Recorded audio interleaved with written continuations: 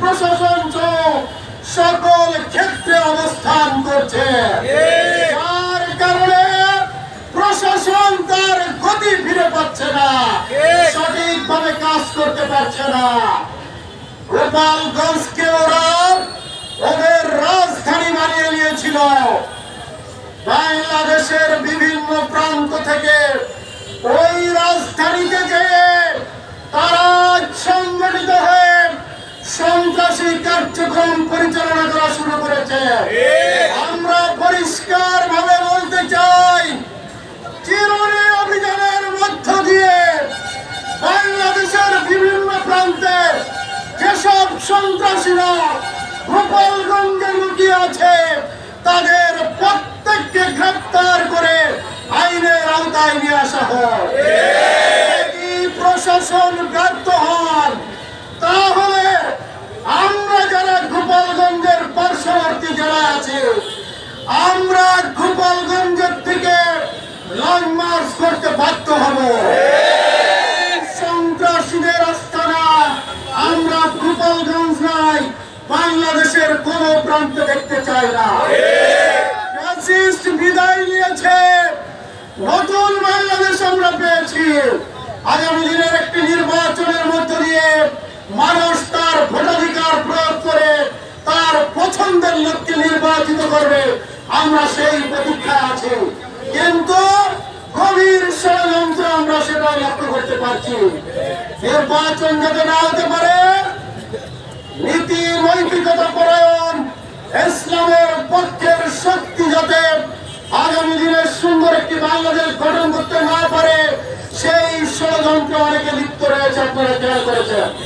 আমরা পরিষ্কার ভাবে বলতে চাই, আমাদের জান এবং মালকে কুরবানি করে দিয়ে আগামী দিনের নির্বাচন নামক যে জাহাজ, এই জাহাজে আমরা সকলে অংশগ্রহণ করতে চাই।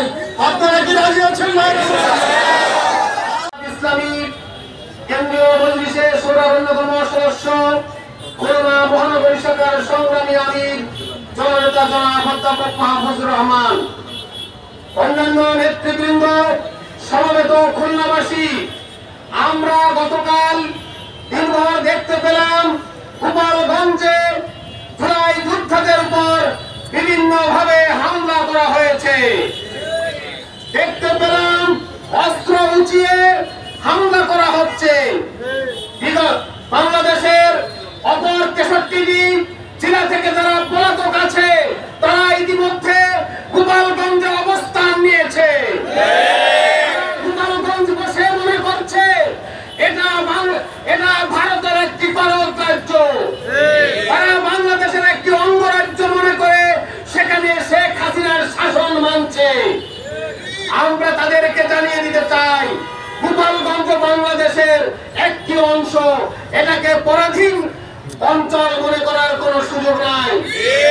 আমরা সরকারের কাছে দায়িত্বহীন কণ্ঠে আহ্বান রাখতে চাই, যারা গতকালকে ঢাল, সরকি এবং রামদা, হকেস্টিক এবং অন্যান্য অস্ত্রপাতি নিয়ে যারা রাজপথে মহড়া দিয়েছিল, তাদের ভিডিও ফুটেজ দেখে অবিলম্বে গ্রেফতার করা হোক।